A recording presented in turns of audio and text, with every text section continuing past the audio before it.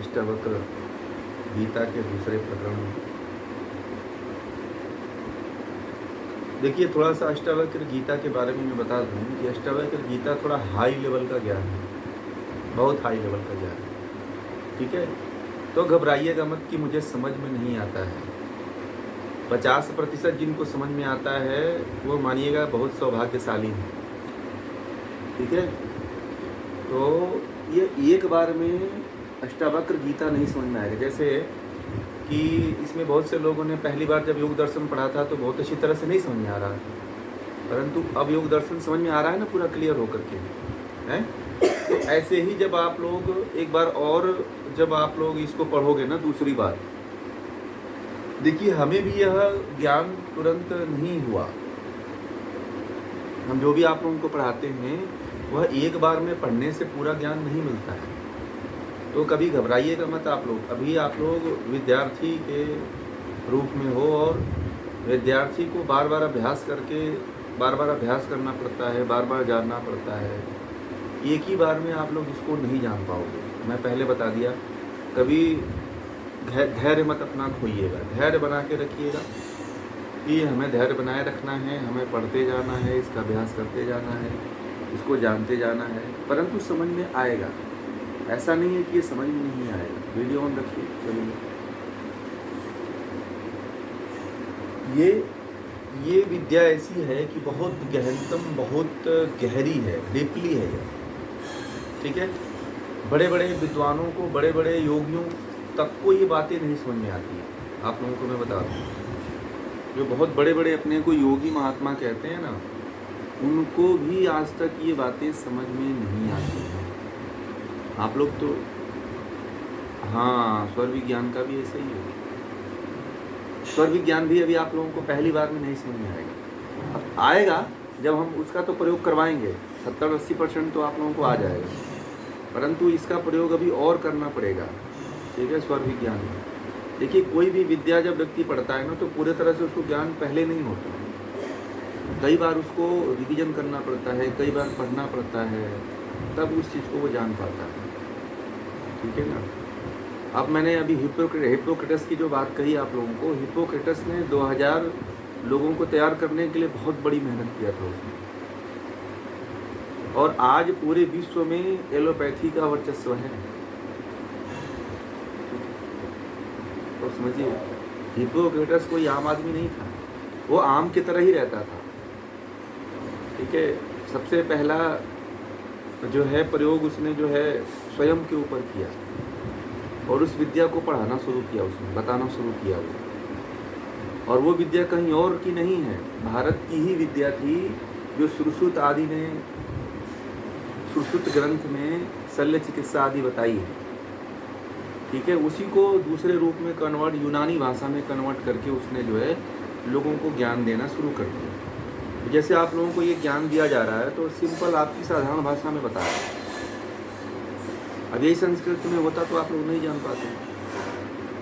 आप लोगों की भाषा में इसको बताया जा रहा है तो आप लोग आसानी से इसको समझ लेंगे।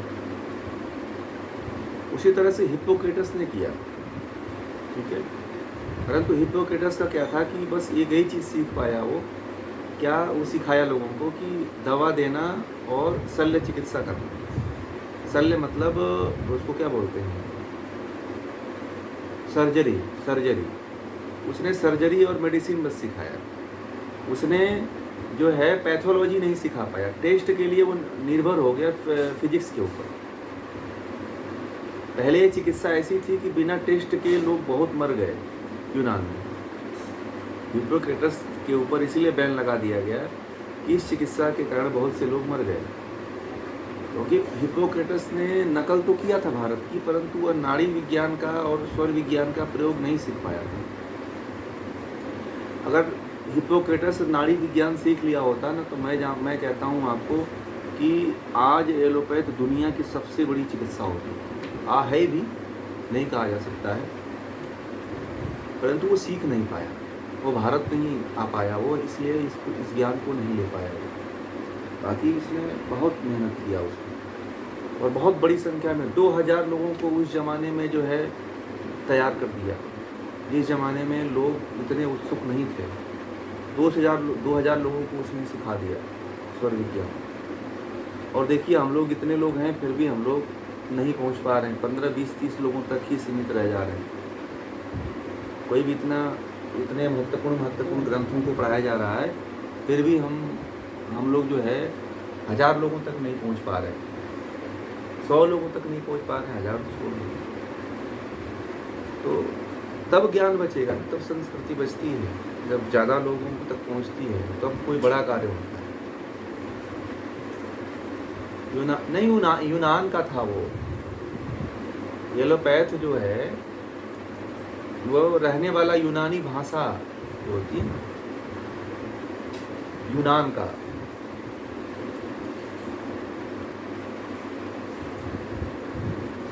वो लोग क्या था, वो भारत में जो है ना आयुर्वेद जो है ट्रांसलेट करके गया हुआ था, और वो लोग जितना उसमें समझ पाए उस तरह से डेवलप किए।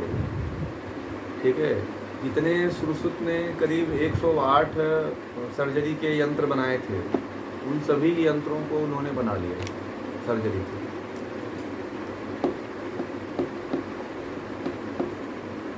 तो ये है, तो इसलिए जो है कोई भी ज्ञान को सीखना है तो हमें बहुत से लोगों तक पहुंचना पड़ेगा, बहुत से लोगों तक इस ज्ञान को ले जाना पड़ेगा, तो इस काम को हम आगे बढ़ा पाएंगे।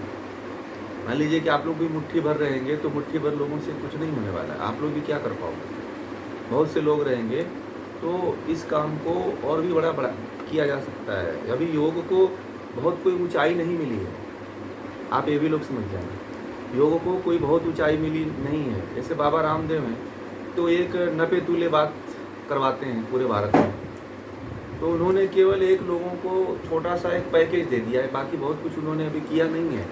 योग में अभी बहुत सी ऐसी चीज़ें बाकी हैं, चिकित्सा में बहुत सी ऐसी चीज़ें बाकी हैं जो अभी बहुत बाकी है काम करना।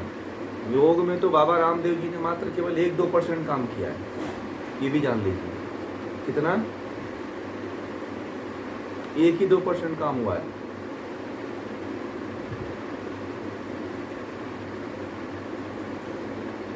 समझ नहीं, अब तो लोग उनको अब पहले इंट्रोडक्शन लोग समझ लिए, आप समझ करके उनको ही आप लोग जो गाली देते हैं, क्योंकि लोगों को वास्तविकता पता चल गया। तो कहने का मतलब ये है कि कोई भी चीज़ को जब मूल से पढ़ाएंगे ना, मूल को लेके चलेंगे। अब उन्होंने क्या किया कि अपना तर्क उसमें लगा दिया, शास्त्र को नहीं पकड़े, वो शास्त्र विरुद्ध उन्होंने लेके गए। इसलिए आने वाले समय में भी और भी उनकी जो है लोग भर्त्सना करेंगे। आगे हम लोग चलते हैं जो है अब अष्टावक्र गीता के दूसरे प्रकरण में। इसमें जो है, इसलिए जो है अष्टावक्र गीता जो है आप लोग जब पढ़िएगा तो जितना समझ में आता है समझिएगा, नहीं समझ में आता है तो पूछिएगा, और घबराइएगा मत कि मुझे समझ में नहीं आता है, कम समझ में आया, इंटरेस्ट नहीं है। नहीं, ये आपके अंतः चेतना में जा कर के जो बोलते हैं ना, वो जा कर के ये बातें सब जा कर के मेमोरी में जो है क्या होगा, इकट्ठा होती रहेगी। और जैसे दूसरी बार जब ज्ञान लेंगे तो यह ज्ञान पुनः जो है, यह वाला ज्ञान वह ज्ञान मिल करके आपके ज्ञान को वो परिपक्व